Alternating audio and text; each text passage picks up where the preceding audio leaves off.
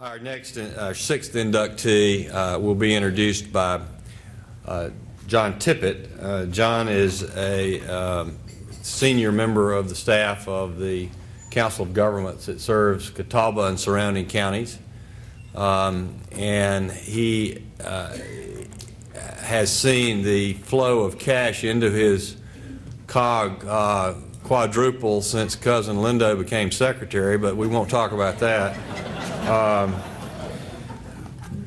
John has been very instrumental in doing the very kinds of things with human service transportation in his area that you heard Wendell Edwards described as participating in when he was inducted. He is a great member of our transportation fraternity here in North Carolina, and he will introduce our sixth inductee. John?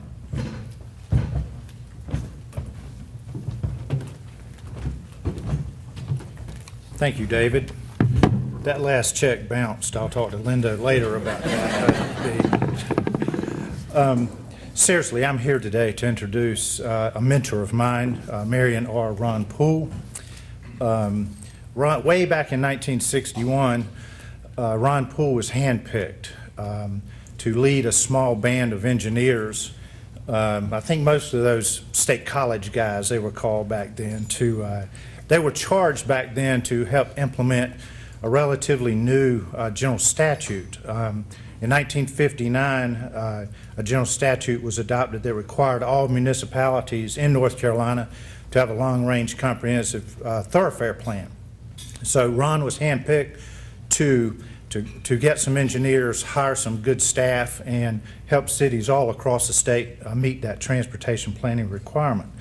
So that little band of 5 or 6 engineers evolved, which was called the Thoroughfare Planning Unit back then, evolved into the statewide planning branch that, when he retired, was nearly 100 transportation planners and engineers. Ron still visits the branch today and maintains many contacts with a lot of those employees that he hired.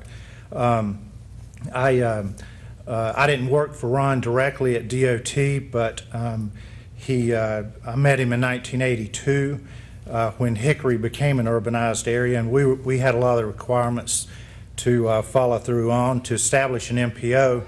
And Ron took a chance on us at a Council of Governments who'd never been a lead planning agency, and I was a rookie planner, didn't know very much about transportation planning at all, but Ron was always willing to step out.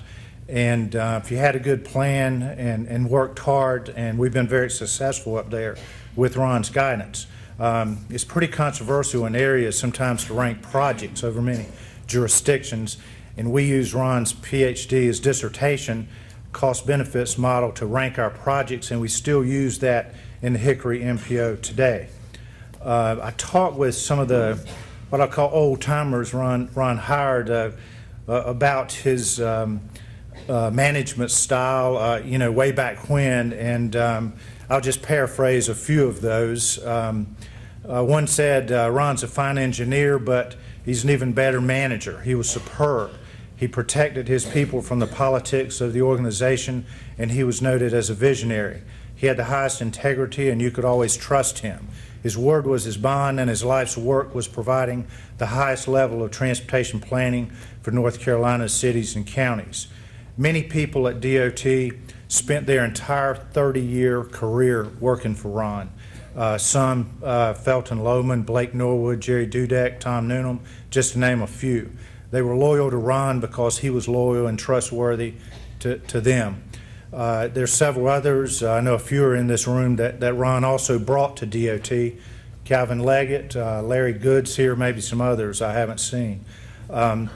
Not only was Ron a devoted DOT employee, but he was even more devoted to his family.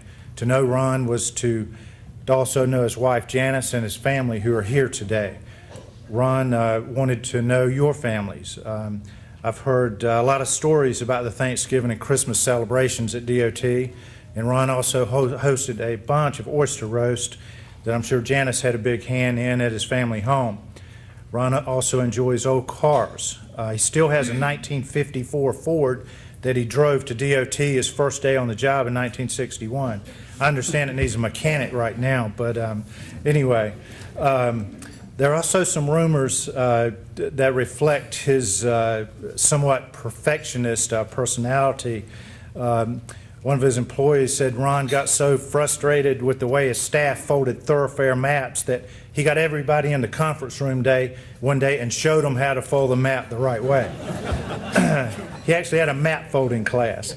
On another occasion, he got so frustrated with his some of those engineers, a few, not all, but had trouble writing. So he actually got them all together one day and started grading their work like a college professor would do.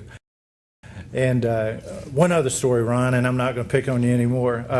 At one MPO meeting, he even voted against a transportation plan that his staff had put together because he said it wasn't quite good enough. So that lets you know that the product, out of his shop at DOT, it was on the money when it came out of DOT. I'll close with just profiling or mentioning some of his career highlights. During mid-career, he went back to NC State and got his PhD. I think it took about 9 years, but that was only a little longer than it took me to get my undergraduate degree. But seriously, Ron earned his PhD in 1982. And knowing Ron, he's a very practical person. That's that dissertation that we used in the Hickory area and still use it today to rank our projects. He also has been very active with the Transportation Research Board, and he still is, even though he's been retired from DOT for almost a decade. He serves on a number of TRB's research committees, a lot of projects. He's co-authored and authored over 20 technical papers. He's a registered professional engineer and a professional land surveyor in North Carolina and a member of the Institute of Transportation Engineers. So, Ron, on behalf of the founders and in the presence of all who are here today, I hereby induct you, Marion or Ron Poole, into the North Carolina Transportation Hall of Fame. Please enjoy me and welcome you.